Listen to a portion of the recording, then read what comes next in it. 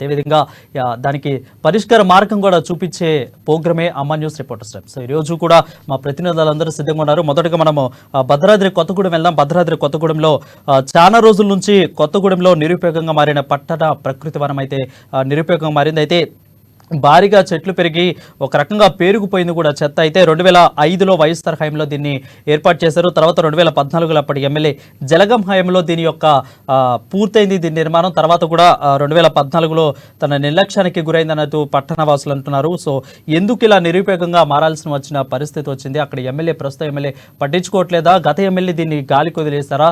అక్కడ ప్రజలు ఏమనుకుంటున్నారు? పూర్తి అప్డేట్స్ మా ప్రతినిధి శ్రీనివాస్ రవిలో అందుబాటులో ఉన్నారు. శ్రీనివాస్ చెప్పండి. Thank you Varun. భద్రాద్రి కొత్తగూడెం జిల్లాలోని 2005వ సంవత్సరంలో ఆనాటి ముఖ్యమంత్రి వైఎస్ రాజశేఖర రెడ్డి హయాంలో అక్కడ కొత్తగూడెంలోని రామా టాకీస్ ప్రాంతంలో పట్టణ ప్రకృతి వనం కింద ఆనాడు శంకుస్థాపన చేయడం జరిగింది.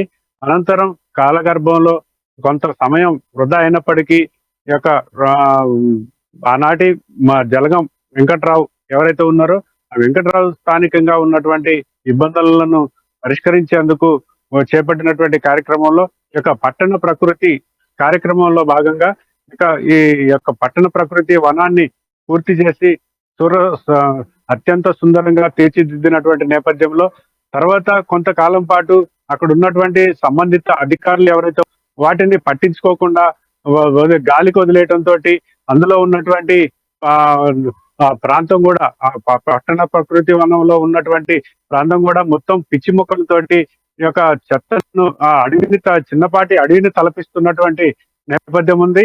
అందులోకి వెళ్ళాలంటేనే ఏ అడుగు వేస్తే ఎక్కడ విష సర్పాలు ఉంటాయో కాటేస్తాయో అని చెప్పేసి పట్టణ ప్రజలు భయాందోళనకు గురవుతున్నటువంటి పరిస్థితి ఉంది. అలాగే ఇక్కడ కొత్తగూడెం పట్టణంలో ఉన్నటువంటి ఈ యొక్క పట్టణ ప్రకృతి వనమే కాదు, జిల్లాలో ఉన్నటువంటి పలు పట్టణ ప్రకృతి వనాలు కావచ్చు, అలాగే పల్లె ప్రకృతి వనాలు కావచ్చు.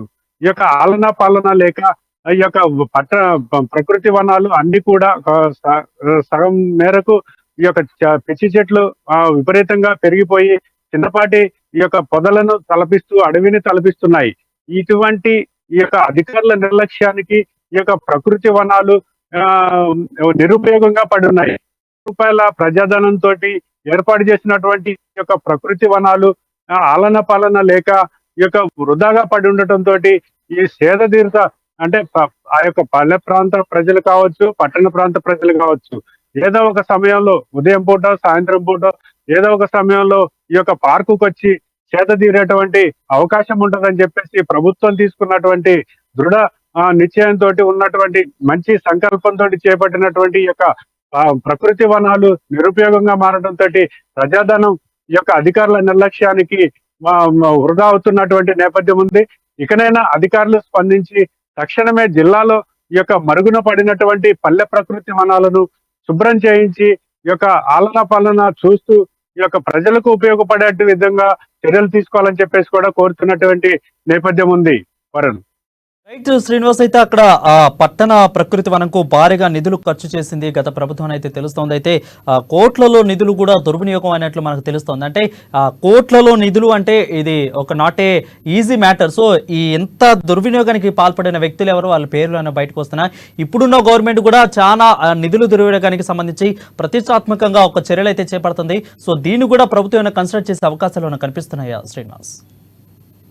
అంటే దుర్వినియోగం అంటే ఈ యొక్క ప్రజాధనం తోటి చేపట్టినటువంటి ప్రకృతి వనాలు ఏవైతే ఉన్నాయో వాటిని ఏర్పాటు చేసినటువంటి ఈ యొక్క ప్రజాధనం తోటి ఏర్పాటు చేసినటువంటి ఈ యొక్క పల్లె ప్రకృతి వనం కావచ్చు, పట్టణ ప్రకృతి వనం కావచ్చు, అంటే పూర్తిగా అధికారులు సంబంధిత శాఖ అధికారులు ఎవరైతే ఉన్నారో వాటిని పూర్తిగా గాలికి వదిలేయటంతో ఈ యొక్క ప్రజాధనం వృధా అయింది, ఈ యొక్క అనవసరంగా దుర్వినియోగం చేశారు అనేటువంటి ప్రజల నుంచి ఈ యొక్క ఆరోపణలు వినిపిస్తున్నటువంటి నేపథ్యం ఉంది. ఈ విధంగానే ఈ యొక్క ప్రజాధనము ఇలా వృధా చేసేదానికంటే ఏదైనా సంక్షేమ పథకానికి ఉపయోగించినట్టయితే ప్రజలకి పేద ప్రజలకు ఉపయోగపడేవి కదా, ఇలా దుర్వినియోగం చేయడం కూడా కోరుతున్నటువంటి నేపథ్యం ఉంది వరుణ్. Thank you Srinivas. అది చూసుకున్నట్లయితే ఓవరాల్గా కొత్తగూడెంలో నిరుపయోగంగా మారింది పట్టణ ప్రకృతి వనం అనేది. దాదాపు కొన్ని కోట్లతో అయితే నిధులు కేటాయించినా కానీ అవి ప్రసాదనమైనప్పటికీ కూడా కోట్లలో నిధులు దుర్వినియోగానికి పాల్పడింది గత ప్రభుత్వం అయితే తెలుస్తుంది. అయితే ఆల్రెడీ 2014లో అప్పటి ఎమ్మెల్యే జలగం దీన్ని పూర్తయింది నిర్మాణం, కానీ ఇప్పుడు భారీగా చెట్లు పెరిగి కూడా పేరుకుపోయింది చెత్త అన్నట్టు తెలుస్తూ ఉంది. నెక్స్ట్ మనం యూసఫ్ కూడా కడప ప్రతినిధి యూసఫ్ లైవ్లో అందుబాటులో ఉన్నారు. అయితే కడపలో రైల్వే లైన్ నిర్మించాలంటూ ప్రజలు ఆందోళన చేపడుతున్నారు. వైసీపీ ప్రభుత్వ నిర్లక్ష్యపు ధోరణికి స్థానికులు ఖండిస్తున్నారు. ఆల్రెడీ గత ప్రభుత్వంలో 30% పనులు అయినప్పటికీ కూడా ఈ ప్రభుత్వం మాత్రం దీన్ని పట్టించుకోవట్లేదైతే అక్కడున్న స్థానికులు దీన్ని గట్టిగా వాదిస్తున్న పరిస్థితి కనిపిస్తుంది. కడప నుంచి బెంగళూరు వరకు రైల్వే లైన్ నిర్మించాలంటే వాళ్ళు ధర్నాలు చేపడుతున్న పరిస్థితి కనిపిస్తుంది. దీని మీద పూర్తి అప్డేట్స్ మా ప్రతినిధి యూసఫ్ అందిస్తారు. యూసఫ్ చెప్పండి. కడప జిల్లాలో ఇప్పటికే దివంగత మాజీ ముఖ్యమంత్రి వైఎస్ రాజశేఖర రెడ్డి ఏదైతే కడప టు బెంగళూరుకు సంబంధించి రైల్వే రహదారి ఏర్పాటు చేయాలని చెప్పేసి గతంలో ప్రయత్నాలు కొనసాగించారు. తర్వాత కాంగ్రెస్ ప్రభుత్వంలో ఆయన అకాల మరణం చెందడంతో ఈ ప్రాజెక్టు కూడా మరుగున పడింది. ప్రస్తుతానికి కొనసాగుతున్నటువంటి వైఎస్ఆర్సీపీ మధ్య ఇక్కడ ఈ రైల్వే ప్రాజెక్టు గురించి పూర్తి స్థాయిలో బీజేపీ ప్రభుత్వంతో లోపాయకారికి ఒప్పందంతో దీన్ని లక్ష్యంగా పక్కన పెట్టిందని చెప్పేసి స్థానికులు భావిస్తా ఉన్నారు. ఇప్పటికే చాలా మంది సుగమమైనటువంటి మార్గము కడప నుండి బెంగళూరుకు వెళ్ళడానికి రైల్వే మార్గం ఏర్పాటైతే తమ గమ్యస్థానానికి చేరుకోవడానికి చాలా సుగమంగా ఉంటుంది. ప్రస్తుతం బస్సులలో వెళ్తా ఉన్నాం. ప్రమాదాలు ఖర్చులు కూడా అధికంగా ఉన్నాయి. అయినప్పటికీ ప్రభుత్వం కావచ్చు, తర్వాత వచ్చినటువంటి వైఎస్ఆర్సీపీ, టీడీపీ 3 ప్రభుత్వాలు కూడా నిర్లక్ష్యం వహిస్తా ఉన్నాయని చెప్పేసి కడప నియోజకవర్గంతో పాటు జిల్లా వ్యాప్తంగా ఉన్నటువంటి ప్రయాణికం భావిస్తున్నటువంటి పరిస్థితి. ఇదే అంశానికి సంబంధించి కడపలో డిప్యూటీ మేయర్ గా ఆరిఫుల్లా గారు కొనసాగారు. అప్పట్లోనే ఈ హామీ కూడా వచ్చింది. ఇప్పుడు ప్రస్తుతం ఈ యొక్క ప్రాజెక్టు నిర్లక్ష్యపు వైఖరి పైన ఆయన ఏం చెప్తా ఉన్నారు అనేది ఆయన అడిగి తెలుసుకునేందుకు ప్రయత్నం చేద్దాం. అన్నా చెప్పండి, ఇప్పుడు ఆ ప్రాజెక్టు నిర్లక్ష్యంగా పూర్తిగా పక్కన పెట్టారు, దానిపై మీరు ఏ విధంగా స్పందిస్తా ఉన్నారు? కడప టు బెంగళూరు రైల్వే మార్గం అనేది కడప జిల్లా ప్రజలు అది రాజశేఖర్ గారు పూర్తి చేస్తానని హామీలు ఇచ్చి కేంద్ర ప్రభుత్వం నుంచి 250 కిలోమీటర్కి 1000 కోట్ల రూపాయలు శాంక్షన్ చేపించి ఆయన కేంద్ర ప్రభుత్వం నుంచి ఒప్పించి శాంక్షన్ చేపించి పనులు ప్రారంభించారు. కడప నుంచి పెళ్లిమర్రి వరకు రోడ్ మార్గం రైల్వే రోడ్డు నిర్వహించారు, లైన్స్ కూడా సాగారు. దాని తర్వాత ఆయన అకాల మరణం తర్వాత ఆ పనులు సులువు అయిపోయినాయి. దాని తర్వాత రోషయ్య గారు వచ్చారు, కిరణ్ కుమార్ రెడ్డి గారు వచ్చారు. ఈ స్పీడ్ అనేది తగ్గిపోయింది, చాలా తగ్గిపోయింది. దాని తర్వాత చంద్రబాబు నాయుడు గారు సీఎం అయ్యారు. సీఎం అయినాక ఆయన ఒక పోలవరం తప్ప ఆంధ్రప్రదేశ్లో ఏ అభివృద్ధి కూడా ఆయన కనపడలేదు. ఎందుకంటే ఇవి ప్రతిరోజు మేము చూస్తూనే ఉన్నాం. పోలవరం అది మన రాజధాని అమరావతి, దాని తప్ప వేరే ఆయనకు ఏం కనపడలేదు. ఇప్పుడు బీజేపీ గవర్నమెంట్ కూడా ఇప్పటి వరకు ఆంధ్రప్రదేశ్కే సహకరించలేదు. ఆయన మనకు రాయలసీమకి ఏం సహకరిస్తుంది, ఆయన కూడా సహకరించలేదు. దాని తర్వాత రాజశేఖర్ గారి కళలు, ఆయన కుమారుడు జగన్మోహన్ రెడ్డి, నేను ఆయన కళలన్నీ ఆయన ఏం ప్రాజెక్ట్స్ చేసింది అన్ని నేను పూర్తి చేస్తాను, నాకు ఒక అవకాశం ఇవ్వండి అని ప్రజలతో అడగకొని ఆయన ముఖ్యమంత్రి అయినారు. ప్రజలు నమ్మినారు రాజశేఖర్ గారు పరిపాలన మనకు వస్తుంది అని నమ్మి ఆయనకు ఓట్లు వేపించి ఫుల్ మెజార్టీతో గెలిపించాము. అయినా కూడా ఆయన కేసుల గురించి అయితే ఏమి, వేరే విధంగా అయితే ఏమి ఆయన డెవలప్మెంట్స్ పోలేదు. ఆయన రాజశేఖర్ గారు కడప జిల్లా ప్రజల కళ రాజశేఖర్ ఆయన ఆశలు కూడా అట్లే నిలిచిపోయినాయి. ఇది ఎట్లా ఉంది అంటే ఆడ పోయి చూస్తే కూడా మేము ఈ కడ్డీలు కూడా పనికి రాని పరిస్థితుల్లో అయిపోయినాయి. ఈ పనులు ఎప్పుడు చేస్తారు, ఎవరు చేస్తారు అనేది ముందు చూసి ఉండాల్సిన పరిస్థితి ఉంది. కాబట్టి ఇప్పుడు ఈ రోజు వరకు కూడా ఈ పనులు ముందు సాగించాలని మేము కోరుకుంటున్నాం. అన్న, నెక్స్ట్ కాంగ్రెస్ తరఫున ఇప్పుడు ప్రస్తుతానికి ఏపీలో వైఎస్ షర్మిల కాంగ్రెస్ తనే ఎవరైతే ఉన్నారో ఆమె ప్రాతినిధ్యం వహిస్తా ఉన్నారు. ఒకవేళ ఆమెకు అవకాశం ఏదైనా కల్పిస్తే స్థానిక ప్రజలు ఆమె దీని మీద ముందడుగు వేస్తారని చెప్పి మీరు నమ్ముతా ఉన్నారా? 100% నమ్ముతా ఉన్నాను. ఎందుకంటే షర్మిల గారికే అనేది కాదు, ఇప్పుడు సోనియా గాంధీ, రాహుల్ గాంధీ కూడా ఇప్పుడు ప్రత్యేక హోదా ఇచ్చేదానికి సిద్ధంగా ఉన్నారు. అందుకోసం అది ప్రత్యేక హోదా వస్తే ఈ రైలు మార్గం ఇది 1000-2 గంటలకు పెద్ద పని ఏం కాదు, ఈజీగా అయిపోతాయి. కడప ప్రజలు ఆలోచించి ఓటు వేస్తే రాబోయే కాలంలో డెవలప్మెంట్ కోసం ప్రజలందరూ ఓటు వేసి గెలిపించాలని అనుకుంటున్నాం. కడప జిల్లాలో మరోసారి వైఎస్ కుటుంబంలో నుండి ఇప్పుడు మళ్ళీ వైసీపీ కాంగ్రెస్ పార్టీ తరఫున ఎవరైతే బరిలో నిలుస్తా ఉన్నారో తెలుసుకోండి, షర్మిలకు అవకాశం కల్పిస్తే రానున్న రోజుల్లో ఖచ్చితంగా ఈ రాష్ట్రంతో ప్రత్యేక హోదాతో పాటు కావాల్సినటువంటి వనరులను మొత్తం అటు రాహుల్ గాంధీ నేతృత్వంలో కావచ్చు, ఇటు సోనియా గాంధీ ప్రాతినిధ్యంలో కావచ్చు ఏర్పాటు చేసుకునేందుకు మార్గం సుగంగా ఉంటుందని చెప్పేసి డిప్యూటీ మేయర్ కూడా తెలుపుతున్నటువంటి పరిస్థితిగా మనము భావించవచ్చు. Varun, thank you Yusuf. అది చూసుకున్నట్లయితే కడప రైల్వే నిర్మించాలంటూ కూడా అక్కడ ఉన్న నేతలు అయితే చెప్తున్నారు. సో ఖచ్చితంగా వైసీపీ ప్రభుత్వం నిర్లక్ష్యపు ధోరణి ఖండిస్తున్నారు. ఖచ్చితంగా వైఎస్ఆర్ కళల కన్నా రాష్ట్రం ఇది కాదు అని అయితే వాళ్ళు చెప్తున్నారు. ఖచ్చితంగా రాజధాని అదేవిధంగా విశాఖ ప్లాంటు ప్రత్యేక హోదా కావాలి అంటే ఖచ్చితంగా కేంద్రంలో రాహుల్ గాంధీ పీఎం అయితేనే మాకు ఇవన్నీ జరుగుతాయని అక్కడ ఉన్న నేతలు కూడా చెప్తున్న పరిస్థితి కనిపిస్తుంది. Thank you for the updates. Next మనము సంగారెడ్డి జిల్లాలో నూతనంగా ఎన్నికైన కానిస్టేబుల్కు శిక్షణ అయితే ప్రారంభమైంది. దాదాపు సంగారెడ్డి జిల్లా నుండి కానిస్టేబుల్ కొత్తగా 472 మంది అయితే ఎంపికయ్యారు. వారికి కంది మండలం చిత్రుప పోలీస్ కేంద్రంలో శిక్షణ తరగతులు అయితే ప్రారంభమయ్యాయి. సో ఏ విధంగా జరుగుతున్నాయి, ఎలాంటి ఏర్పాట్లు చేశారు, దీని మీద పూర్తి అప్డేట్స్ మా ప్రతినిధి సునీల్ లైవ్లో అందుబాటులో ఉన్నారు. సునీల్, చెప్పండి. తెలంగాణ రాష్ట్రంలో కాంగ్రెస్ పార్టీ అధికారంలోకి వచ్చాక సీఎం రేవంత్ రెడ్డి ఆధ్వర్యంలో ఇప్పటికే పోలీస్ కానిస్టేబుల్ అభ్యర్థుల ఎంపిక పూర్తయింది. వారందరికీ కూడా నియామక పత్రాలను అందజేయడం జరిగింది సీఎం రేవంత్ రెడ్డి. ఈ నేపథ్యంలో వారికి స్టైఫండ్ తో కూడినటువంటి శిక్షణ తరగతులను ఈ రోజు సంగారెడ్డి జిల్లాకు సంబంధించినటువంటి అభ్యర్థులకు, అదేవిధంగా తెలంగాణ రాష్ట్రంలోని ఇతర ప్రాంతాల్లో నుంచి ఎంపికైనటువంటి అభ్యర్థులు సంగారెడ్డి జిల్లాకు సంబంధించినటువంటి కంది సమీపంలో చిదురుపలో పోలీస్ ట్రైనింగ్ కేంద్రాన్ని ఏర్పాటు చేస్తారు. ఈ రోజు వారందరికీ కూడా శిక్షణ తరగతులు ఈ రోజు ప్రారంభమైనటువంటి పరిస్థితి ఉంది. అయితే స్టైఫండ్ తో కూడినటువంటి శిక్షణను ఇవ్వబోతుంది పోలీస్ శాఖ అని చెప్పవచ్చు. మరోవైపు 3 నెలలు శిక్షణ పూర్తి చేసుకున్న అనంతరం వారందరికీ కూడా పోస్టింగ్లు కేటాయిస్తారు. వారికి కేటాయించినటువంటి పోలీస్ స్టేషన్ వాళ్ళు విధులు చేరుతారు. అయితే సీఎం రేవంత్ రెడ్డి ఆధ్వర్యంలో పోలీసు సంబంధించినటువంటి కానిస్టేబుల్ అభ్యర్థులకు ఇప్పటికే నియామక పత్రాలు అందజేసిన నేపథ్యంలో సీఎం రేవంత్ రెడ్డికి కూడా కృతజ్ఞతలు చెప్తున్నటువంటి పరిస్థితి ఉంది. సీఎం కానిస్టేబుల్ అభ్యర్థులు అదేవిధంగా వారి కుటుంబ సభ్యులు అని చెప్పవచ్చు. ఎందుకంటే గత బీఆర్ఎస్ ప్రభుత్వ హయాంలో ఏ ఉద్యోగ నియామకాలు చేపట్టినప్పటికీ కోర్టు కేసులు కానివ్వండి, లేదంటే ఇతరత్ర కారణాల చేత పెండింగ్ పడుతూ వస్తున్నటువంటి అంశాల్లో అటు స్టాఫ్ నర్సుల నియామకం, పోలీస్ శాఖలో నియామకం, భర్తీలు, నియామక పత్రాలు ఇట్లా కాంగ్రెస్ పార్టీ నియామక పత్రాలు అందజేయడం కాకుండా వారందరికీ కూడా శిక్షణ ఇస్తూ ముందుకెళ్తున్నటువంటి పరిస్థితి తెలంగాణ రాష్ట్రంలో. అదే అప్పటి బీఆర్ఎస్ ప్రభుత్వానికి ప్రస్తుత కాంగ్రెస్ ప్రభుత్వానికి బేరేజ్ వేసుకుంటే కాంగ్రెస్ పాలన బాగుందని చెప్పి కూడా మనకు చెప్తున్నటువంటి పరిస్థితి. మరోవైపు లా అండ్ ఆర్డర్ కీలకంగా ఉన్న నేపథ్యంలో తెలంగాణ రాష్ట్రం సుభిక్షంగా, అదేవిధంగా లా అండ్ ఆర్డర్ కీలకం కాబట్టి సుభిక్షంగా ఉండాలంటే ఇలాంటి గొడవలు వాటన్నిటికీ కూడా పోలీస్ శాఖ కీలకంగా వ్యవహరిస్తున్న పరిస్థితి ఉంటుంది. కాబట్టి ఖచ్చితంగా పోలీస్ శాఖ కీలకంగా ఉంటుంది. అయితే అందులోనే మొదటిసారిగా అంటే కాంగ్రెస్ పార్టీ అధికారంలోకి వచ్చాక కేవలం నెల 15 రోజుల్లోనే పోలీస్ శాఖలో ఉన్నటువంటి కీలకమైనటువంటి కానిస్టేబుల్ అభ్యర్థుల అయితే నియామక ప్రక్రియ పూర్తయింది. మరో 3 నెలల్లో వారు శిక్షణ పూర్తి చేసుకొని కూడా వారందరూ కూడా పోలీసు విధుల్లో చేరేందుకు కూడా సిద్ధమవుతున్నటువంటి నేపథ్యం ఉంది.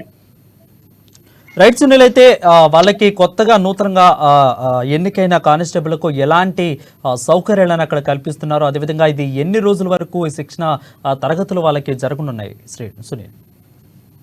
అయితే 3 నెలల పాటు వాళ్ళకి శిక్షణ ఉంటుంది. అయితే అదేవిధంగా వాళ్ళందరికీ కూడా ప్రాక్టీస్ చేసేందుకు గ్రౌండ్ కానివ్వండి, లేదంటే ఉండడానికి వసతులు కానివ్వండి, లేదంటే ఫుడ్, అదేవిధంగా తాగునీరు సౌకర్యం, ఇలా సకలం అన్ని సౌకర్యాలు కూడా ఏర్పాటు చేస్తారు. ఇప్పటికే వాటన్నిటి కూడా అంటే ఫుడ్ కు సంబంధించి కూడా ఇప్పటికే టెండర్ పిలవడం జరిగింది. టెండర్ దక్కించుకున్న కాంట్రాక్ట్ సంస్థ వారికి నిత్యము ఉదయం బ్రేక్ఫాస్ట్ నుంచి అదేవిధంగా మధ్యాహ్న భోజనం, రాత్రి భోజనం, అదేవిధంగా స్నాక్స్ అన్నిటి కూడా సంబంధించి టెండర్ పిలవడం జరిగింది. అంతా కూడా పారదర్శకంగా జరుగుతున్నటువంటి పరిస్థితి ఉంది. ఇప్పటికే పలు దఫాలుగా జిల్లా ఎస్పీ రూపేష్ పోలీస్ శిక్షణ కేంద్రాన్ని పరిశీలించడం జరిగింది. ఎలాంటి ఇబ్బందులు లేకుండా వచ్చే అభ్యర్థులకు ఎలాంటి అసౌకర్యం కలగకుండా పూర్తి స్థాయిలో సౌకర్యాలు ఏర్పాటు చేయాలని చెప్పి కూడా ఇప్పటికైనా ఆదేశించడం జరిగింది. 3 సార్లు అయినా ఈ పోలీస్ శిక్షణ కేంద్రాన్ని పరిశీలించడం జరిగింది. విద్యుత్ వ్యవస్థతో పాటు తాగునీరు వ్యవస్థ, అన్ని సౌకర్యాలను కూడా పూర్తి చేసి ఈ రోజు లాంఛనంగా పోలీస్ కానిస్టేబుల్ శిక్షణ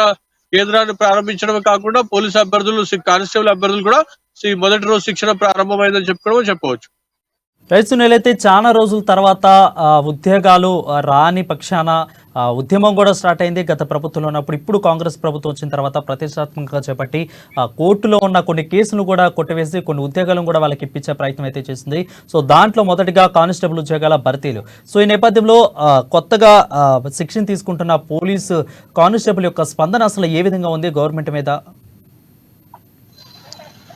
రావు అనుకున్న ఉద్యోగాలను కాంగ్రెస్ పార్టీ తెలంగాణ రాష్ట్రంలో అధికారంలోకి వచ్చాక కొద్ది రోజుల్లోనే, అంటే కాంగ్రెస్ పార్టీ పైన అనేక ఆశలు పెట్టుకొని ముఖ్యంగా నిరుద్యోగులు, అదేవిధంగా వివిధ పోటీ పరీక్షలు రాసి పరీక్షలకు సిద్ధమవుతున్న అభ్యర్థులు కూడా కాంగ్రెస్ పార్టీకి ఓటు వేసి గెలిపించారు. అయితే ప్రభుత్వం వచ్చాక దాదాపు 6 నెలల నుంచి సంవత్సరం పాటు సమయం పడుతుంది ఉద్యోగ నియామకాలు కానివ్వండి, లేదా పెండింగ్ ఉద్యోగాలను భర్తీ చేసేందుకు, లేదంటే కోర్టులలో అంటే న్యాయస్థానాల్లో నానుతున్నటువంటి అంశాలను వాటన్నిటికి కూడా కనీసం ఒక 6 నెలల సమయం పడుతుందని చెప్పి కూడా భావించినప్పటికీ కూడా సీఎం రేవంత్ రెడ్డి సర్కారు మాత్రం ఖచ్చితంగా అలాంటి సమయం తీసుకోలేదు. కేవలం కొద్ది రోజుల్లోనే, అంటే 30 నుంచి 40 రోజుల్లోనే కోర్టు కేసులు అన్నింటినీ కూడా పరిష్కరించేందుకు న్యాయపరమైనటువంటి చిక్కులను తొలగించింది. అదేవిధంగా పోలీస్ శాఖలో నియామక పత్రాలను కూడా అందజేయడంతో అందరూ కూడా అంటే ఊహించడానికన్నా ముందుగానే ఉద్యోగాలు రావడం పట్ల అయితే వాళ్ళు ఒకంత ఆనందాన్ని వ్యక్తం చేస్తున్నారు. కేవలం అభ్యర్థులు కాకుండా వారి కుటుంబ సభ్యుల్లో కూడా ఆనందం వెల్లువిరుస్తుందని చెప్పి కూడా మనం భావించవచ్చు. Right, thank you Sunil. అది చూసుకున్నట్లయితే సంగారెడ్డి జిల్లాలో నూతనంగా ఎంపికైన కానిస్టేబుల్కి అయితే దాదాపు 472 మందికి అయితే ఉద్యోగాలు కానిస్టేబుల్ ఉద్యోగాల్లో భర్తీ చేసి వాళ్ళకి శిక్షణ ఇవ్వడం జరుగుతుంది. దాదాపు 3 నెలల పాటు ఈ ప్రక్రియ అనేది సాగుతుంది. సో కొన్ని కోర్టు కేసులు కూడా వీళ్ళు ఎదుర్కొని ఈ శిక్షణ పొందుతున్నారు. అంటే వీళ్ళు హర్షం వ్యక్తం చేస్తున్నారు ఇప్పుడున్న కాంగ్రెస్ గవర్నమెంట్ మీద. సో అది సంగారెడ్డి జిల్లాలో ఉన్న అప్డేట్స్. నెక్స్ట్ మనము నిజామాబాద్ వెళ్దాం. నిజామాబాద్లో రాష్ట్రంలో కమలం హవా పూర్తిగా కొనసాగుతుందని, వచ్చే ఎన్నికల్లో నిజామాబాద్ నుంచి ధర్మపురి అరవింద్ గెలవడం ఖాయమని బీజేపీ అధ్యక్షులు దినేష్ కులాచారి ధీమా వ్యక్తం చేస్తున్నారు. ఖచ్చితంగా అరవింద్ చేసిన మంచి అక్కడ అరవింద్ను గెలిపిస్తుందని అయితే చెప్తున్నారు. దాదాపు దుష్ప్రచారాలు అన్ని కూడా చేస్తున్నారు. ఎవరు చేస్తున్నారో, ఎందుకు చేస్తున్నారో మొత్తం కూడా తెలుసు అన్నారు. ఖచ్చితంగా ప్రజలు వాళ్ళకి బుద్ధి చెప్తారని కూడా దినేష్ కులాచారి అంటున్నారు. ఇక్కడ ఏం జరుగుతుందో కూడా పార్టీ హైకమాండ్ కూడా తెలుసు అంటున్నారు. అసలు పూర్తి అప్డేట్స్ మా ప్రతినిధి నవీన్ అందిస్తారు. నవీన్ చెప్పండి. పార్లమెంట్ ఎన్నికలు దగ్గర పడడంతో బీజేపీ పార్టీ నిజామాబాద్ జిల్లాలో ముందుకు దూసుకువెళ్తుంది. అయితే ఎన్నికల ప్రచారంలో భాగంగా పార్టీ సిట్టింగ్ ఎంపీ కూడా ఇటు ఎన్నికల ప్రచారం కూడా మొదలు పెట్టారు. అయితే ఇప్పుడు ఇలా కొనసాగుతున్న ప్రశాంత్ మనతో తెలుసుకునేందుకు బీజేపీ పార్టీ నిజామాబాద్ జిల్లా అధ్యక్షులు దినేష్ కుమార్ కులాచారి గారిని మీరు అడిగి తెలుసుకుని చెప్పండి. మరి మరికొన్ని నెలల్లో పార్లమెంట్ ఎన్నికలు ఉన్న సందర్భంగా ఎలా ముందుకెళ్తున్నాం, మీ ప్లానింగ్ ఏంటి అసలు? భారతీయ జనతా పార్టీ బూత్ స్థాయి కార్యకర్తల మీదనే పార్టీ యొక్క పటిష్టత ఉంటుంది. అనేక మంది ఈ పార్లమెంట్ లో, ఇందూరు పార్లమెంట్ లో 7 నియోజకవర్గాల్లో కూడా సుమారు 25,000 మంది మీద భారతీయ జనతా పార్టీ బూత్ స్థాయి కార్యకర్తలు ఉన్నారు. ఆ కార్యకర్తలు నిరంతరం కూడా ఈ దేశం కోసం, ధర్మం కోసం, ముందుగా భారతీయ జనతా పార్టీ కోసం వాళ్ళు నిరంతరం కష్టపడుతుంటారు. వారి ద్వారానే పన్నా ప్రముఖులు చేసి మొన్న కూడా అసెంబ్లీ ఎలక్షన్లలో రూపాయి పంచకుండా బీజేపీ క్యాండిడేట్ అందరికి కూడా ఈ పార్లమెంట్ లో సుమారు 3 లక్షల చిల్లర ఓట్లు మాకు రావడం జరిగింది. డెఫినెట్ లాస్ట్ పార్లమెంట్ ఎలక్షన్ లో 4,80,000 వచ్చినాయి. ఈసారి అన్ని నియోజకవర్గాలలో మంచి మెజార్టీతోని భారతీయ జనతా పార్టీ ఈ పార్లమెంట్ లో అన్ని అసెంబ్లీలలో కూడా మంచి మెజార్టీతో ముందుండబోతున్నాం. అంటే అరవింద్ గారికి టికెట్ ఇవ్వద్దని చెప్పి ఒకవైపు ఫ్లెక్సీలు కూడా వెలిసాయి. దాంతో పాటు మీ పార్టీ రాష్ట్ర కార్యాలయంలో కూడా ధర్నాలు చేశారు. దీని ఇంకా ఎవరున్నారు అనుకుంటున్నారు? స్పష్టంగా కూడా అరవింద్ మీద అవినీతి ఆరోపణలు చేయలేని వాళ్ళు, అరవింద్ చేసే అభివృద్ధి పనులు చూసి ఓర్వలేని వాళ్ళు. ఎందుకంటే అరవింద్కి ఏం చేయాలా, అతని మీద ఆరోపణ ఏం చేయాలా కూడా ప్రతిపక్ష పార్టీలకు తెలియదు. కొంతమంది భారతీయ జనతా పార్టీ నుంచి సస్పెండ్ అయిన వాళ్ళు, కొంతమంది ఎందుకంటే ఇప్పుడు వ్యవస్థలో అందరినీ సాటిస్ఫాక్షన్ చేయడం అనేది ఎవరికి తరం కాదు. ఎవరి తరం అందరినీ సాటిస్ఫాక్షన్ చేయడం. కొంతమంది ఉన్నారు, వారి అభిప్రాయం పార్టీకి చెప్పారు. కానీ ఎవరైతే ధర్నాలు కానీ మిగతా చేసిరు చూడో అది భారతీయ జనతా పార్టీకి సంబంధం లేదు. దాని వెనుక కాంగ్రెస్ పార్టీ జీవన్ రెడ్డి గారి తమ్ముడు దేవేందర్ రెడ్డి ఉన్నాడు. అలాగే కొన్ని పత్రికల్లో రాసే దాంట్లో కవిత గారు ఉన్నారు. ఇది స్పష్టంగా ఉంది. ఇది కేవలం అరవింద్ని ఏ రకంగా ఎదుర్కోలేమని తెలిసిన తర్వాత వాళ్ళు దీన్ని ఒక అంటే పబ్లిసిటీ స్టంట్ గా వాడుకుంటారు తప్ప దానివల్ల పార్టీకి ఏం నష్టం లేదు, అరవింద్ గారికి ఏం నష్టం లేదు. ఫ్లెక్సీలో కూడా పేర్లు కూడా కింద మెన్షన్ చేస్తే తాము ఫ్లెక్సీని ఏర్పాటు చేశామని చెప్పి చెప్తున్నారు కదా. వారందరి గురించి తెలుసు. వారు ఎవరి మన జిల్లా కాదు కానీ ఆ జిల్లాలో వారి గురించి వారి జిల్లా పార్టీ అధ్యక్షుడు స్పష్టంగా చెప్పాడు. వారి చరిత్ర ఏంది, వారి వెనక ఎవరు ఉన్నారు, వారి మీద పోలీస్ కేసు కాకపోవడం కారకులు ఎవరు, వారి వెనక నడిపిస్తుంది ఎవరు కూడా జిల్లా పార్టీ అధ్యక్షుడు స్పష్టంగా కూడా రాష్ట్ర అధ్యక్షుడికి నివేదిక ఇచ్చాడు. మనం ఒకటి గుర్తుంచుకోవాల్సింది, బీజేపీ కార్యకర్తలు దయచేసి మనం నరేంద్ర మోడీ నాయకత్వం వహిస్తున్నాం. మనకు కావాల్సింది ఏంది, ఈ దేశం భద్రతగా ఉండాలి. ఎవరు భారతీయ జనతా పార్టీలో స్వలాభం కోసం పనిచేయరు. భారతీయ జనతా పార్టీ ముఖ్య సిద్ధాంతం అని ఏదైతే ఉందంటే దేశం మొదలు అంటారు, పార్టీ నెక్స్ట్ అంటారు, లాస్ట్ ఫ్యామిలీ అంటారు. మిగతా పార్టీలు ఫస్ట్ ఫ్యామిలీ అంటారు, తర్వాత వాళ్ళ పార్టీ అంటారు.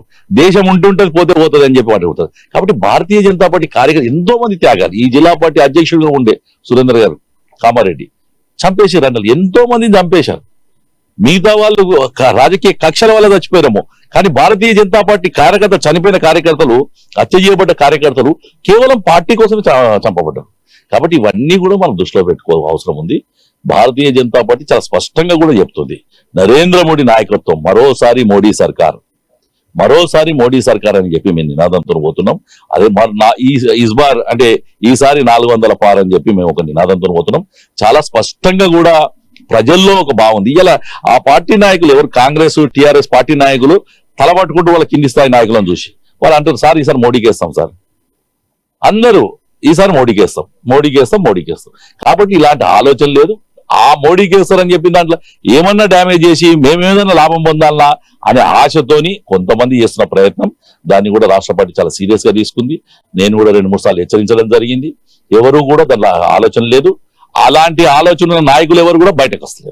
రానున్న ఈ పార్లమెంట్ ఎన్నికల్లో ఎంపీ అభ్యర్థిగా ధర్మపురి అరవింద్ ఆధ్వర్యంలో తాము ముందుకు వెళ్తామని చెప్పి చెప్తున్నారు. అయితే కేవలం ఇటు అరవింద్ డ్యామేజ్ చేసేందుకు కూడా ఇక్కడ ఉన్నవాడే చాలా మంది కూడా వివిధ పార్టీలకు చెందిన వారు అంత నాటకం నడిపిస్తున్నారని చెప్పి చెప్తున్నారు. ఖచ్చితంగా దీనిపై కూడా రాష్ట్ర అధిష్టానం కూడా సీరియస్ ఉందని చెప్పి ఖచ్చితంగా తెలంగాణలో తో పాటు దేశవ్యాప్తంగా మోడీ హవా కొనసాగుతుంది. 400 పైగా సీట్లు బీజేపీ కైవసం చేసుకుంటుంది. అక్కడ మోడీ, ఇక్కడ ఎంపీ అరవింద్ కూడా గెలవడం ఖాయమని చెప్పి దినేష్ కుమార్ కులాచారి గారు చెప్తున్న పరిస్థితి మాత్రం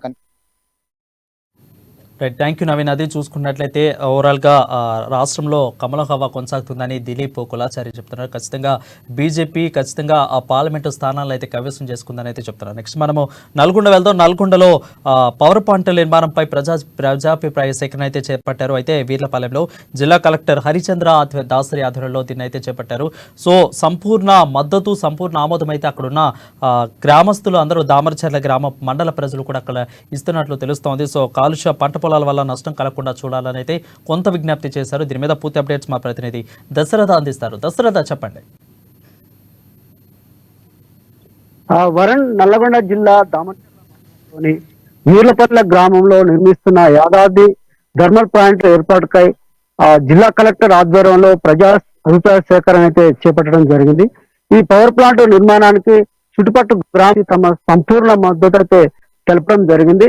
ఈ ప్లాంట్ నుండి వెదజల్లే కాలుష్యాలకు పొలాలను కాపాడేందుకు కఠిన చర్యలు చేపట్టాలని, ఏదేమైనప్పటికీ నిరసితులకు ఎలాంటి ఇబ్బంది లేకుండా గ్రామాల్లో నెలకొన్న ఈ కాలుష్యం పంట పొలాలకు రాకుండా చర్యలు చేపట్టడంతో పాటు ఆ పవర్ ప్లాంట్ నిరకు పవర్ ప్లాంట్ లో ఉద్యోగ అవకాశం పూర్తి భద్రత కల్పించాలని జరిగింది. ఏదేమైనప్పటికీ పవర్ ప్లాంట్ లేకుండా ప్రజలకు ఎలాంటి ఇబ్బందులు లేకుండా గ్రామాల్లో అభివృద్ధి కార్యక్రమాలు చేపట్టడంతో పాటు మరి పవర్ ప్లాంట్ లో నిరసితులకు ఉద్యోగం కూడా అవకాశం కల్పిస్తామని చెప్పడం జరిగింది. ఏదేమైనప్పటికీ మరి ఈ గ్రామంలో నెలకొన్న ఈ సమస్యను పరిష్కరిస్తామని ఎమ్మెల్యే కూడా చూడడం జరిగింది. దీంతో పాటు మరి ఈ ప్రజా అభిప్రాయ కార్యక్రమాన్ని చేపట్టేందుకు జిల్లా ఎస్పీ డిఐజీతో పాటు 500 మంది సిబ్బందితో ఎలాంటి అవాంఛనీయ సంఘటనలు చోటు చేసుకోకుండా అనుమానం పైన మరి ఎలాంటి ఇబ్బందులు లేకుండా కట్టుదిట్ట నడుమన మరి ఈ కార్యక్రమం అయితే ప్రజా సేకరణ కార్యక్రమం అభిప్రాయం అయితే పూర్తయిందని తెలిసి చెప్పుకోవచ్చు. వరుణ్, రైట్ దశరథ్, అయితే నష్టపరిహారం ఎంతవరకు అక్కడ ఉంటుందని గవర్నమెంట్ అంచనా వేస్తుంది, వాళ్ళకి ఎప్పటికి ఇస్తుంది? సో ఎందుకు అంటే సంపూర్ణ మద్దతు తెలిపారు కాబట్టి వాళ్ళకి నష్టపరిహారం ఎంతవరకు ఇస్తున్నారు? ఉద్యోగాల అవకాశాలు అక్కడ ఆ కంపెనీలో ఇవ్వడానికి చూస్తున్నారా, లేదంటే పక్కన వాళ్ళకి ప్రత్యామ్నాయం ఏమైనా చూపించే అవకాశాలు ఏమన్నా ప్రభుత్వం చేస్తుందా?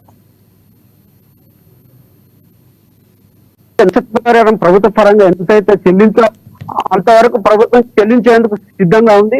అదే విధంగా ఎవరైతే నిర్వసితులు ఉన్నారో వారికి కంపల్సరీగా ఉద్యోగ అవకాశం కల్పించి వారికి అన్ని విషయాల్లో మేము అవకాశం కల్పిస్తామని చెప్పడం అయితే జరిగింది. పూర్తిగా హామీ ఇవ్వడం కూడా జరిగిందని చెప్పుకోవచ్చు.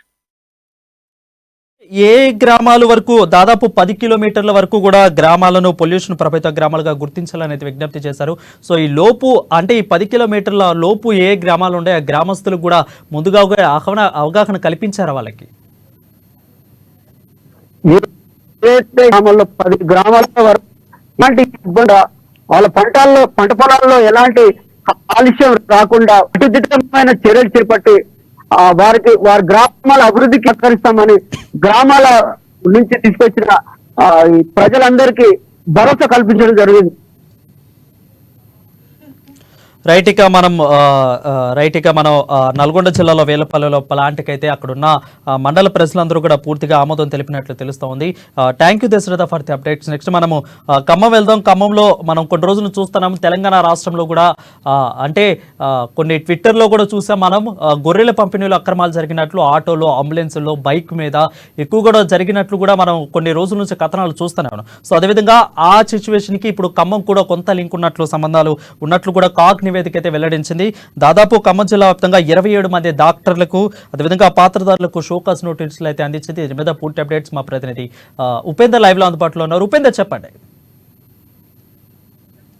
వరుణ్, ఖమ్మం జిల్లాకు సంబంధించి ఒక కీలకమైన అంశాల్లో ఒక్కొక్కటి కాంగ్రెస్ ప్రభుత్వం హయాంలో వెలుగులోకి వస్తా ఉన్నాయి. ప్రధానంగా తెలంగాణ రాష్ట్ర వ్యాప్తంగా గత ప్రభుత్వం బీఆర్ఎస్ ప్రభుత్వం తీసుకున్నటువంటి ప్రతిష్టాత్మకమైన పథకం ఏదైతే ఉందో గొర్రెల పంపిణీ పథకానికి సంబంధించి ఆ పంపకంలో తీవ్రమైనటువంటి అవినీతి అక్రమాలు జరిగినట్టుగా కాగ్ నివేదిక ఇవ్వడంతో ఖమ్మం జిల్లాలో ఉన్నటువంటి అధికారుల యంత్రాంగం కూడా ఒక్కసారిగా ఉలిక్కి పడింది. ఈ నేపథ్యంలో ఖమ్మం జిల్లాలో ఉన్నటువంటి ప్రధానమైనటువంటి సమస్యలు ఏంటి, వచ్చినటువంటి ఇబ్బందులు ఏంటి అని చెప్పేసి కాగ్ ఇచ్చినటువంటి నివేదికని బేస్ చేసుకొని ఖమ్మం జిల్లాలో పూర్తిస్థాయి సమాచార సేకరణ కోసం ఖమ్మం జిల్లాలో పలు అధికారులకు డాక్టర్లకు షోకాస్ నోటీసులు ఇచ్చినట్టుగా స్పష్టమైనటువంటి విషయాలు కూడా ఈరోజు మనకు సమాచారం లభ్యమైంది. ఇదే నేపథ్యంలో అంటే ఖమ్మం జిల్లాలో ప్రధానమైనటువంటి ఈ గొర్రెల పంపిణీ పథకానికి సంబంధించిన అంశం ఏదైతే ఉందో ఈ పథకంలో జరుగుతున్నటువంటి అక్రమాల వ్యవహారానికి సంబంధించి కొన్ని అంశాలు ఒక్కొక్కటి వెలుగులోకి వస్తున్న నేపథ్యం కూడా కనబడతా ఉంది. నిన్న మొన్నటి వరకు గుట్టు చప్పటి కాకుండా జరిగినటువంటి అక్రమాలన్నీ కూడా ఒక్కసారిగా అటు కాంగ్రెస్ ప్రభుత్వం ఒకవైపున వెలికి తీస్తా ఉన్నటువంటి నేపథ్యంలో మరోవైపున అటు కాగ్ కూడా సెంట్రల్ గవర్నమెంట్ ఏదైతే కంప్ట్రోలర్ అండ్ ఆడిటర్ జనరల్ ఏదైతే ఉందో ఈ జనరల్ ఆడిట్ కూడా ఆ రకమైనటువంటి అక్రమాలని బయటకు తీసినట్లుగా స్పష్టంగా మనకు తెలుస్తా ఉంది. అంటే ఖమ్మం జిల్లాలో దాదాపు గొర్రెల మేకల పెంపకందారులపై ప్రధానమైనటువంటి అదే జీవన ఉపాధిగా పొందుతున్నటువంటి ఎవరైతే కుర్మ యాదవులు ఉన్నారో ఆ యాదవుల యొక్క అభ్యున్నతి కోసం తెలంగాణ రాష్ట్ర ప్రభుత్వం గతంలో తీసుకుంటున్న నిర్ణయాన్ని పూర్తిగా అటు అధికారులు పెంపకందారులు అదే నేపథ్యంలో మధ్యవర్తులు అందరూ కలిసి కూడా కోట్లాది రూపాయల ప్రజాధనాన్ని ప్రభుత్వ సొత్తును దుర్వినియోగం చేసినట్టుగా మనకు స్పష్టంగా తెలుస్తా ఉంది. అంటే ప్రధానంగా ఖమ్మం జిల్లాలో 33,380 మంది లబ్ధిదారులు సభ్యులు 33 సొసైటీల్లో ఎవరైతే ఉన్నారో ఈ సొసైటీలకు సంబంధించినటువంటి బాధ్యులందరూ కూడా ఒక్కొక్కరికి ప్రభుత్వం ఖచ్చితంగా అందరికి ఇస్తామని చెప్పినటువంటి గొర్రెల పంపిణీ వ్యవస్థ పథకం ఏదైతే ఉందో ఆ పథకం కాస్త 2014 తర్వాత అంటే 2017-18లో అక్రమాలు జరిగినట్టుగా కాగ్ నివేదించినప్పటికీ ఈ పథకం యొక్క పంపిణీలో మొదటగా ఖమ్మం జిల్లాలో 17,000 మంది ప్రజానికానికి ప్రధానమైన లబ్ధిదారులకు పంపించేగా మరో కొంత 16,280 మిగతా సెకండ్ టర్మ్ లో పంపిణీ చేసినట్టు నేపథ్యం కూడా కనబడతా ఉన్నాయి. ఇందులో మునుగోడు ఎన్నికల సందర్భంగా ప్రధానంగా వచ్చినటువంటి ప్రజా సంఘాలు ప్రధానంగా గొర్రెల మేకల సంఘం ఏదైతే జిఎంపిఎస్ డిమాండ్స్ తో ప్రధానమైనటువంటి ప్రభుత్వం కదిలొచ్చిందో ఈ అవినీతి అక్రమాలు జరుగుతా ఉన్నాయి, రీసైక్లింగ్ వ్యవస్థ జరుగుతా ఉంది అని చెప్పేసి ఏదైతే ఆరోపణలు వచ్చినాయో ఆరోపణల్ని ప్రభుత్వం గుర్తించి వెంటనే దాని నగదు బదిలీ పథకం అన్ని ప్రకటిస్తున్నామని చెప్పేసి కూడా మునుగోడు ఎన్నికల సందర్భంగా ప్రభుత్వం ప్రకటించింది.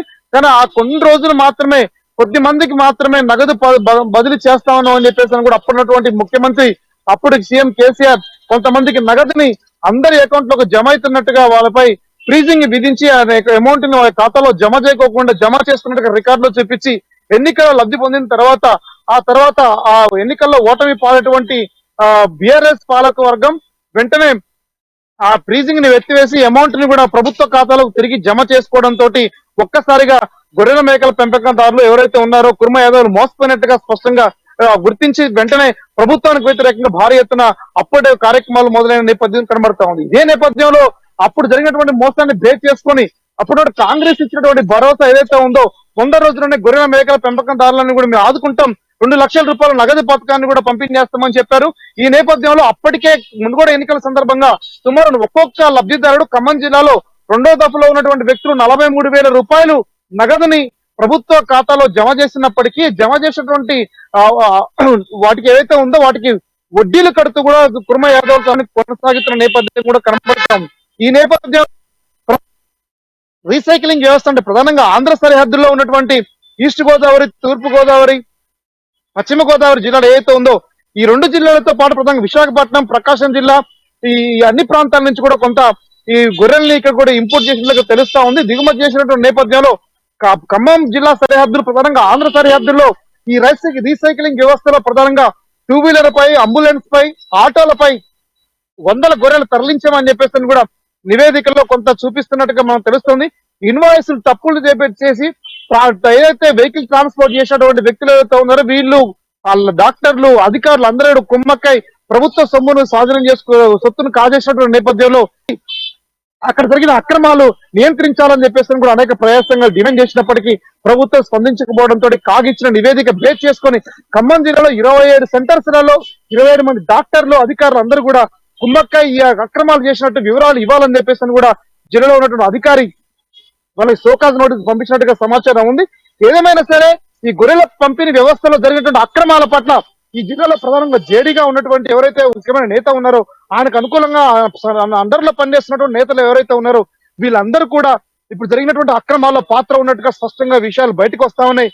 ఇప్పటి వరకు కాగిచ్చినటువంటి నివేదికతో పాటు ఖమ్మం జిల్లాలో గొర్రెల మేకల లబ్ధిదారుల యొక్క ఆలోచనకు అనుగుణంగా తమకు స్కీమ్ వర్తింప చేయండి అని చెప్పేసి విన్నవించుకున్నటువంటి 11,000 మంది ప్రజానికం ఒక్కొక్కరు సుమారు 45 కోట్ల రూపాయలు విలువ చేసేటువంటి డీడీని ఖమ్మం జిల్లా కలెక్టర్ ఖాతాలో ఉంచినప్పటికీ ఆ ఖాతాలో ఉన్నటువంటి డబ్బులు ములుగుతా ఉన్నాయి, కానీ తిరిగి చెల్లించకపోకపోవడం, ప్రభుత్వం కూడా ఇప్పుడు కొత్తగా ఎన్నికైన గవర్నమెంట్ కూడా ఏదైతే 2 లక్షల రూపాయల నగదు బదిలీకి సంబంధించిన విషయం మీద ఒక స్పష్టత ఇవ్వకపోవడంతో కొంత గందరగోళం నెలకొందని కూడా స్పష్టంగా చెప్పుకోవచ్చు. ప్రస్తుతం ఉన్నటువంటి కాగ్ నివేదిక ద్వారా ఖమ్మం జిల్లాలో అక్రమ అధికారులు ఎవరు, డాక్టర్లు ఎవరు అని చెప్పేసి కూడా జిల్లా వ్యాప్తంగా ప్రధానంగా అటు గొర్రెల మేకల పెంపకందారుల వ్యవస్థలో, ఆ కమిటీలలో, సొసైటీలో తీవ్ర చర్చనీయాంశం మారింది.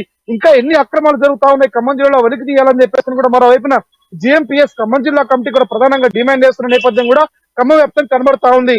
వరుణ్, రైట్ ఉపేంద్ర, అయితే అంటే దీనికి విక్టిమ్ గా ఉన్న కురుమల యాదవులకి వీళ్ళకి సంబంధించింది వీళ్ళకి దక్కాల్సినవి అయితే దక్కలేదు అన్నట్లు తెలుస్తుంది. సో రాష్ట్రం మొత్తం మీద కూడా వీళ్ళకి చాలా అన్యాయం జరిగినట్లు తెలుస్తుంది. సో వీళ్ళ వాగ్మూలం ఖమ్మం జిల్లాలో కురుమ యాదవుల వాగ్మూలం అసలు ఏ విధంగా ఉంది? ఎస్ వరుణ్, ప్రధానంగా గత ప్రభుత్వం చేసినటువంటి ఏదైతే వాగ్దానాలు మోసపూరితమైన చెప్పేసి గుర్తించినటువంటి కురుమ యాదవులు ఎవరైతే ఉన్నారో కాంగ్రెస్ ప్రభుత్వాన్ని తిరిగి అధికారంలో తీసుకురావడం కోసం కూడా నిరంతరాయంగా జిఎంపీఎస్ ఇతర ప్రజా సంఘాలు కూడా తీవ్ర స్థాయిలో కృషి చేసిన నేపథ్యంలో ఖమ్మం జిల్లాలో కురుమ యాదవులు మాకు కాంగ్రెస్ ఇచ్చినటువంటి 100 రోజుల్లో మాకు 2 లక్షల రూపాయలు నగదు బదిలీ అంటే బీసీ బంధు, ఎస్సీ బంధు, ఏదైతే దళిత బంధు కురుమ యాదవ్ డిమాండ్ చేస్తాం. అక్రమాలు చేసిన తీసుకోవాలి, మాకు అన్యాయం జరగకుండా జాగ్రత్తలు అని చెప్పి సంఘాలు అందరూ కూడా ప్రధానంగా ప్రశ్నలు కూడా లేవనెత్తా ఉన్నారు. ఈ ఘటనలో ఎవరైతే బాధితులు ఉన్నారో ప్రధానంగా డాక్టర్లు కావచ్చు, అధికారులు కావచ్చు, ప్రధానంగా వెహికల్ కాంట్రాక్టర్స్ ఎవరైతే ఈ సరిహద్దుల్లో సంబంధించినటువంటి గురించి సేకరించే సందర్భంలో right, thank you Upendra for the updates. అది చూసుకున్నట్లయితే ఖమ్మం జిల్లాలో గొర్రెల పంపిణీ అక్రమాలు కూడా కాగ్ నివేదిక అయితే వెల్లడించింది. దాదాపు 27 మంది డాక్టర్లకు, పాత్రధారులకు షోకాజ్ నోటీసులు అయితే అందజేసింది. రాష్ట్ర వ్యాప్తంగా కూడా కొన్ని రోజుల నుంచి మనం కథనాలు చూస్తున్నాం గొర్రెల పంపిణీలు అక్రమాలు ఉన్నట్లు. సో ఖమ్మం జిల్లాలో కూడా 27 మంది డాక్టర్లకు అయితే షోకాజ్ నోటీసులు అయితే ఇచ్చింది. Next thank you Upendra for the updates. Next మనం కాకినాడ వెళ్దాం. కాకినాడలో పార్కులో జింకలు దగ్గర దాదాపు చాలా జింకలు కూడా తిండి లేక చిక్కుపోయినట్లు తెలుస్తోంది. అయితే వీటన్నింటిని కూడా నల్లమడ అడవుల్లోకి అయితే పంపిస్తున్నారు. సో ఖచ్చితంగా బడ్జెట్ లేకపోవడంతోనే చేతులెత్తేశారు అధికారులు. అయితే దీని యొక్క పూర్తి బాధ్యతలు కూడా నాగార్జున ఎరువుల కర్మాగారం అయితే తీసుకున్నట్టు తెలుస్తోంది. దీని మీద పూర్తి అప్డేట్స్ మా కాకినాడ ప్రతినిధి నందిని అందిస్తారు. నందిని, చెప్పండి. Good evening Varun. ఏదైతే గత కొంతకాలంగా కాకినాడ రూరల్ వలసపాకలో అయితే నాగార్జున ఎరువుల కర్మాగారం ఏదైతే సిబ్బంది అయితే దీనికి 200 కృష్ణా జింకలు, అంటే ఇవి కృష్ణా జింకలు అంటారు. దాదాపు 200 జింకలు అయితే ఇక్కడ నిర్వహణకైతే వారు ఏర్పాట్లు చేశారు. కొంతకాలంగా కూడా వీరు ఓన్ బడ్జెట్ తోనే వీటి నిర్వహణ అయితే చేసేవారు. అయితే బడ్జెట్ సరిపోక వాటి నిర్వహణకు వాళ్ళు ముందుకు వెళ్ళలేక కేంద్రానికి అయితే ఇటీవల కాలంలో కేంద్రానికైతే జూ ఏదైతే ఉందో అథారిటీకి అయితే లేఖను కూడా రాశారు. అయితే ఆ లేఖ కూడా గత 3 రోజుల క్రితమే ఓకే అనే గ్రీన్ సిగ్నల్ రావడంతో అయితే వీరంతా కూడా అటు విశాఖ పశు సంవర్ధక శాఖ సిబ్బందితో పాటు ఇటు కాకినాడ అటవీ శాఖ సిబ్బందితో అయితే వీరంతా కూడా వీటికి చర్యలు, అంటే ఫారెస్ట్ కు అక్కడ జూ పార్క్ సంబంధించి ఫారెస్ట్ సంరక్షణ ఒక ఏదైతే ఉంటుందో దానికి సంబంధించి జింకలకు పెంపు సంబంధించి కూడా ఒక ఉంటుంది కాబట్టి సో ఈ జింకలు అక్కడ ఉంటేనే వాటికి సేఫ్ సైడ్ గా ఉంటుంది. ఫుడ్ విషయంలో కావచ్చు, వాటి సంరక్షణ కూడా బాగుంటుంది. అంటే బడ్జెట్ ఉన్నంత కాలం కూడా వీరంతా కూడా వీటి సంరక్షణ బాగా చూసుకునేవారు. ఎప్పుడైతే అంటే యాజమాన్యం మారుతూ ఉంటుందన్నమాట. సో యాజమాన్యం మారుతూ ఉండడం వల్ల వీటికి సరైన నిర్వహణ, సరైన ఫుడ్ లేక ఇబ్బందికరంగా ఉంటుంది. ఎందుకంటే ఏది కూడా పశువులను ఇబ్బంది పెట్టకూడదు. సో వీటి సంరక్షణ అయితే కూడా ఫారెస్ట్ లో అయితేనే బాగుంటుందని చెప్పి నల్లమల్ల ఏదైతే ఉందో శ్రీశైలంకి అయితే వీళ్ళైతే కూడా గ్రీన్ సిగ్నల్ ఇచ్చారు. అయితే నిన్న రాత్రినే ఏదైతే పశు సంవర్ధక శాఖ అధికారులు కాకినాడ జిల్లా డిఎఫ్ఓ అంటే డిస్ట్రిక్ట్ ఫారెస్ట్ అధికారి ఆధ్వర్యంలో అయితే వాటిని అంటే టెక్నాలజీ, మనం ఎప్పుడైనా సరే జింక దగ్గరికి వెళ్ళి జింకని పట్టుకున్నామంటే దాని హార్ట్ బీట్ పెరుగుతుంది. సో చాలా మృదువైన ఇది కాబట్టి మనం దాని హార్ట్ బీట్ ఎక్కడైతే పెరిగిందో అది చనిపోయే అవకాశాలు కూడా ఉంటాయి. కాబట్టి సో దాన్ని ఎవరు టచ్ చేయకుండా అంటే మృదువుగా దాన్ని మనం లోపలికి పంపించిన తర్వాత చాలా ఎలాగంటే చిన్న అంటే ఏదైనా పట్టుకుంటే అది మెత్తగా అయిపోతుందని ఒక సెన్సిటివ్ ఎలాగ ఉంటుంది, దాని శరీరం కూడా అంత సెన్సిటివ్ గా ఉంటుంది. సో ఎప్పుడైనా దాన్ని టచ్ చేసామంటే హార్ట్ బీట్ పెరగడం వల్ల దానికి ఇబ్బంది జరిగే అవకాశం ఉంటుంది. కాబట్టి కొత్త టెక్నాలజీ అంటే అధునాతన అంటే భారతదేశంలోనే ఎక్కడ లేని టెక్నాలజీతో ద్వారా వాటిని అయితే 200 జింకలు అంటే 2 విడతలుగా గతంలో 3 months బ్యాక్ అయితే కొన్ని జింకల్ని ఇదే టెక్నాలజీని వాడి అయితే వాళ్ళు శ్రీశైలానికి పంపించారు. మిగతా వాటిని కూడా సిగ్నల్ రావడంతో సెంట్రల్ ఏదైతే జూ అథారిటీ అయితే సిగ్నల్ ఇచ్చిందో వెంటనే నిన్న రాత్రి వీటి సంరక్షణ కోసం అయితే శ్రీశైలం అయితే తరలించారు. ఈ విధంగా వాటిని సురక్షితంగా శ్రీశైలం తరలించినందుకైతే అటు విశాఖ నుంచి వచ్చిన వైద్య అధికారులు కావచ్చు, కాకినాడ జిల్లా ఏదైతే డిఎఫ్ఓ సిబ్బందితో పాటు చాలా జాగ్రత్తగా వాటిని తీసుకెళ్లడంతో జిల్లా కలెక్టర్ కావచ్చు, జిల్లా అధికారులు కూడా వీరందరినీ అభినందించారని చెప్పాలి. వరుణ్. రైట్ నందిని, అయితే ప్రభుత్వం ప్రగల్భాలు పలుకుతోంది. పర్యాటక రంగాన్ని మేము పూర్తిగా కూడా డెవలప్ చేస్తున్నాం, పర్యాటక రంగం మీద మేము పూర్తిగా దృష్టిని కేంద్రీకరించాం, పర్యాటక రంగం ఇప్పుడు పోయిన గత ప్రభుత్వం మీద ఇప్పుడు చాలా అభివృద్ధి చేస్తున్నాము అని చెప్పుకుంటున్న గవర్నమెంట్ దీనికి ఎందుకు నిధులు కేటాయించుకోవడానికి గల కారణాలేంటి, నిర్లక్ష్యం వహించడానికి గల కారణాలేంటి అసలు? బేసిక్ గా ఏదైనా సరే కేంద్రానికి సంబంధించింది కాబట్టి కేంద్రం ఖచ్చితంగా దీనికి నిధులు అయితే కేటాయిస్తుంది. మనం చూసుకున్నట్టయితే కాకినాడ జిల్లా అంతా కూడా సీగా సంబంధించింది. మనకి ఒకగానొక సీజన్ లో కూడా తాబేల్స్ వస్తూ ఉంటాయి. అంటే అది వేరే దేశం నుంచి కూడా మన కాకినాడకి అయితే తాబేలు వస్తుంటాయి. అవి చాలా అరుదైన తాబేల్స్. అవి గుడ్లు పెట్టడానికి వచ్చిన టైంలో కూడా తాబేల్స్ చాలా ఎక్కువగా వస్తాయి. వాటి సంరక్షణ వాటిలో కూడా చాలా ఇబ్బందికరంగా ఉంటుంది. ఎందుకంటే వలలు పెట్టేటప్పుడు వలలో చిక్కుపోయి చనిపోయే అవకాశం ఉంటాయి. కాబట్టి ఇటు తాబేళ్లు కూడా చాలా సంరక్షణగా అయితే ఇతర వాళ్ళైతే అంతా కూడా వాటిని తీసుకొని వేరే ప్రాంతాన్ని కూడా తరలిస్తూ ఉంటారు. అంటే ఖచ్చితంగా చెప్పాలంటే వీటి సంరక్షణ ఇది సరైన ప్లేస్ కాదు. కాకపోతే వాళ్ళ కాకినాడకి సంబంధించి ఈ పరిశ్రమలకు సంబంధించి ప్రాంతంలో ఒక ప్రాంతాన్ని ఎంచుకొని ఒక జూ పార్క్ లా తయారు చేసి ఎన్నాళ్ళ నుంచో ఈ జింకలను అయితే వీళ్ళు మెయింటెనెన్స్ చేస్తారు. అంటే వీళ్ళు ప్రభుత్వం అనుమతి ఇచ్చింది, అనుమతితోనే చేస్తున్నారు. కానీ వీటి మెయింటెనెన్స్ చేయలేక మాత్రం కేవలం వాటిని వదిలేయడమే జరుగుతుందని చెప్తున్నారు.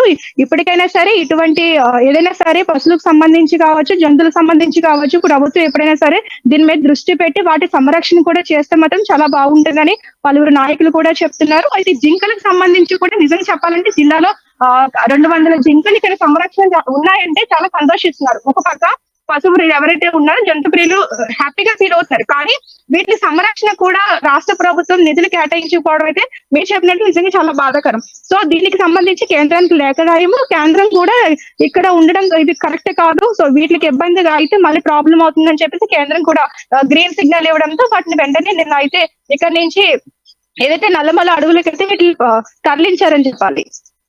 Right, thank you Nandini for the updates. అది చూసుకున్నట్లయితే ఓవరాల్గా కాకినాడలో పార్క్ నుంచి నల్లమల అడవులకు అయితే 200 జింకలను అయితే దాదాపుగా వాళ్ళు తరలించినట్టు తెలుస్తుంది. తిండి లేక ప్రభుత్వం కూడా నిధులు కేటాయించలేని దుస్థితిలో ఉన్నట్లు మనకు తెలుస్తోంది. కేవలం నిధులు కేటాయించడం పోవడం వల్లే అధికారులు కూడా అక్కడ చేతులు ఎత్తేసిన పరిస్థితి కనిపిస్తోంది. నెక్స్ట్ మనము కర్నూలు వెళ్దాం. కర్నూలులో రాజకీయాలు కూడా పూర్తిగా చూస్తూనే ఉన్నాం. కొద్ది రోజుల్లోనే ఆంధ్రప్రదేశ్లో ఎన్నికలు రాబోతుంటే అటు నుంచి ఇటు నుంచి అటు రాజకీయ నేతలు అయితే పూర్తిగా మారుతున్నారు. మొన్న ఆర్కే అటు కాంగ్రెస్లోకి వెళ్ళి మళ్ళీ కాంగ్రెస్ నుంచి వెంటనే వైసీపీకి వచ్చారు. సో అదేవిధంగా ఇప్పుడు కర్నూలులో అయితే త్వరలో టీడీపీలోకి ఆలూరు ఎమ్మెల్యే, మాజీ ఎమ్మెల్యే మంత్రి గుమ్మనూరు జయరాం రాబోతున్నారు. అంటే దాదాపు ఆలూరు రూట్ మొత్తాన్ని కూడా టీడీపీ క్లియర్ చేసిందని చెప్పవచ్చు దాదాపు కూడా. సో ఎక్కువ శాతం కూడా అక్కడ వాల్మీకులు ఉండటంతోనే ఆ కులస్తులు కూడా అందరూ కూడా టీడీపీకి పట్టం కడుతున్నారు అట్లయితే మనకు తెలుస్తోంది. దీని మీద పుట్టి అప్డేట్స్ మా ప్రతినిధి నూర్ పాషా లైవ్ లో అందుబాటులో ఉన్నారు. నూర్ పాషా, చెప్పండి. Thank you Varun. అయితే మంత్రిగా కొనసాగుతున్న గుమ్మనూరు జయరాము ప్రాతినిధ్యం వహిస్తున్నటువంటి కర్నూలు జిల్లా ఆలూరు నియోజకవర్గంలో చకచక రాజకీయ పరిణామాలు మారిపోతా ఉన్నాయి. అయితే ఇక్కడ చూసుకుంటే గతంలో 2024 రానున్న ఎన్నికల నేపథ్యంలో గుమ్మనూరు జయరాముకు ఆలూరు నియోజకవర్గం నుండి పోటీ చేసేందుకు అవకాశం ఇవ్వకుండా వైసీపీ కర్నూలు నుండి పార్లమెంట్ అభ్యర్థిగా పోటీ చేసేందుకు అవకాశం ఇచ్చింది. అయితే నాటి నుండి పార్లమెంట్ అభ్యర్థికి పోటీ చేసేందుకు ఇష్టం లేని గుమ్మనూరు జయరాము ఆలూరు నుండి టికెట్ కావాలని నాకు ఖచ్చితంగా అనేసి అనేక విధాలుగా అనేక సమస్యలు అనేక విషయాలు కూడా ఆయన అధిష్టానం తీసుకుపోవడం జరిగింది. అయినప్పటికీ కూడా అధిష్టానము గుమ్మనూరు జయరాముకు ఆలూరు నుండి పోటీ చేసేందుకు అవకాశం ఇవ్వలేదు. అయితే అదే సమయంలో ఆలూరు నుండి విరూపాక్షకు అవకాశం కల్పించింది. నాటి నుండి గుమ్మనూరు జయరాము అధిష్టానానికి దూరంగా ఉంటూ వచ్చారు. అయితే అప్పటి నుండి కూడా పలుమార్లు వైసీపీకి సంబంధించిన పెద్దలు అనేక సార్లు గుమ్మనూరు జయరాంను కలిసి మాట్లాడేందుకు ప్రయత్నించినప్పటికీ కూడా వారు అందుబాటులో రాలేదు. అయితే నాటి నుండి కూడా తెలుగుదేశం పార్టీకి సంబంధించిన అధిష్టానం నుండి అధిష్టానంతో సంబంధాలు పెట్టుకుంటూ పార్టీలోకి చేరేందుకు కూడా ప్రయత్నాలు చేశారు. అయితే 2 రోజుల క్రితం చంద్రబాబు నాయుడు తెలుగుదేశం పార్టీకి సంబంధించిన జాతీయ చంద్రబాబు నాయుడుతో హైదరాబాద్ 2 రోజుల క్రితం గుమ్మనూరు జయరాంకు గుంతకల్ నుండి పోటీ చేసేందుకు పూర్తి స్థాయిలో గ్రీన్ సిగ్నల్ ఇచ్చినట్టు చంద్రబాబు నాయుడు తెలుస్తా ఉంది. అయితే ఇదే విషయాన్ని గుమ్మనూరు జయరాం సంబంధించినటువంటి ముఖ్య అనుచరులు నియోజకవర్గంలో జోరుగా ప్రచారం చేస్తున్నారు. అయితే ఇక్కడ చూసుకున్నట్టయితే రేపు గాని ఎల్లుండి గాని గుమ్మనూరు జయరాము పూర్తి స్థాయిలో వైసీపీకి రాజీనామా చేయబోతున్నారు. అదే సమయంలో గుమ్మనూరు జయరాం యొక్క ముఖ్య అనుచరులు కావచ్చు, ప్రధానమైనటువంటి నాయకులు కూడా వైసీపీకి రాజీనామా చేయబోతున్నారు.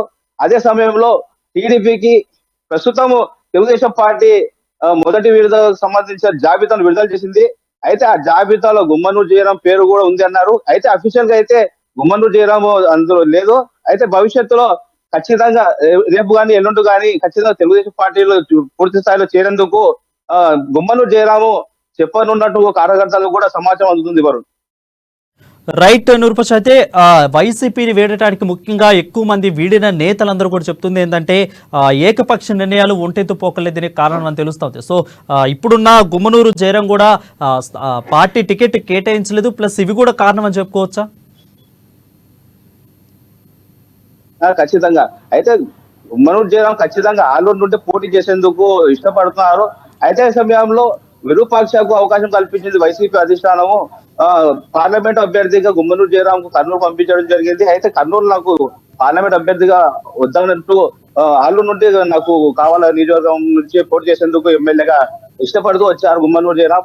అదే సమయంలో పార్లమెంటు పోటీ చేసేందుకు ఆ విషయ పార్లమెంట్ అభ్యర్థిగా కూడా గుమ్మనూరు జయరాంను తొలగిస్తూ బివై రామయ్య మేయర్ కొనసాగుతున్నారు కర్నూలు నుండి. అయితే వారికి పార్లమెంట్ అభ్యర్థిగా కూడా అవకాశం ఇచ్చింది. నాటి నుండి కూడా అనేక ఆరోపణలు వస్తా ఉన్నాయి. ఇటు టీడీపీకి వెళ్తారా గుమ్మనూరు జయరాం, లేదంటే కాంగ్రెస్ పోతారా అనేటువంటి విషయం మీద అనేక చర్చలు జరిగినాయి. అయితే కాంగ్రెస్ నుండి కూడా కర్ణాటక అధిష్టానం నుండి మంచి సత్సంబంధాలు కలిగి ఉన్నారు గుమ్మనూరు జయరాము. అయితే చాలా వరకు కూడా కన్ఫ్యూజన్ అయినారు నియోజకవర్గ ప్రజలు. అది పూర్తి స్థాయిలో ఇప్పుడు రేపు కానీ ఎల్లుండి కానీ క్లియర్ కట్ గా గుమ్మనూరు జయరాము నేను చెప్పేస్తాను ఏ పార్టీ పోతున్నానని. అయితే దాదాపు 100% నియోజకవర్గంలోని నాయకుల ముఖ్య అంశాలు చెప్తున్నారు. ఖచ్చితంగా తెలుగుదేశం పార్టీ నుండి మాకు గ్రీన్ సిగ్నల్ వచ్చింది. గుమ్మనూరు జయరాం గారు 2 రోజుల్లో క్లియర్ చిట్ చెప్పేస్తారు. అయితే తెలుగుదేశం పార్టీలో చేరినట్టు కూడా పూర్తి సమాచారం అవుతుంది వారు.